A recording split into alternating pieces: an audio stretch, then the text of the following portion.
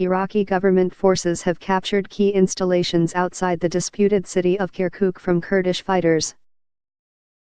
A military statement said units had taken control of the K1 military base, the Baba Gurgur oil and gas field, and a state-owned oil company's offices.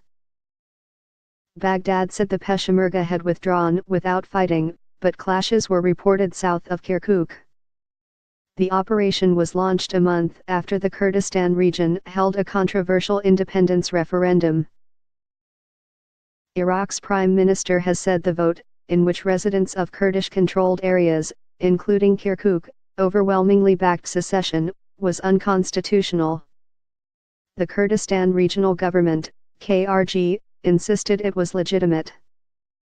U.S. officials said they were engaged with all parties in Iraq to de-escalate tension. Prime Minister Haider al-Abadi said in a statement that the operation in Kirkuk was necessary to protect the unity of the country, which was in danger of partition because of the referendum.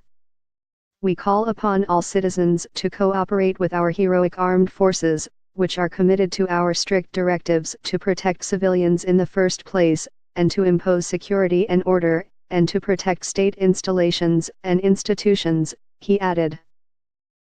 Earlier, the Iraqi military announced that elite units had been redeployed at the K1 base, about 5 kilometers, 3 miles, northwest of the city of Kirkuk, and that other troops had taken control of the nearby Laylan area, the Baba Gurgur oil field, and the headquarters of the North Oil Company. The military also said troops had taken control of a military airport, police station, power plant, and several industrial areas, as well as key bridges, roads, junctions.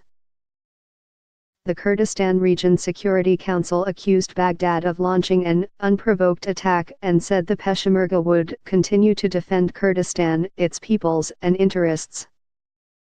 Peshmerga had destroyed 5 US-made Humvees used by the Popular Mobilization, a paramilitary force dominated by Iran-backed Shia militias, it added. Peshmerga spokesman Brig General Bahzad Ahmad told the Associated Press that the fighting south of Kirkuk had caused lots of casualties.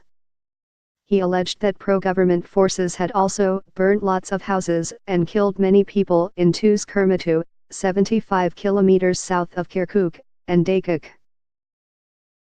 There was no way of verifying the reports, but a doctor at a hospital in Tuz Kermatu told AFP news agency that 2 people had been killed by artillery fire.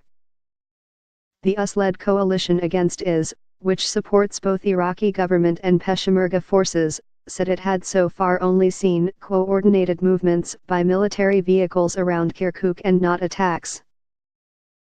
A limited exchange of fire before dawn was the result of a misunderstanding and not deliberate as 2 elements attempted to link up under limited visibility conditions, a statement added. By Orla Garin, BBC News.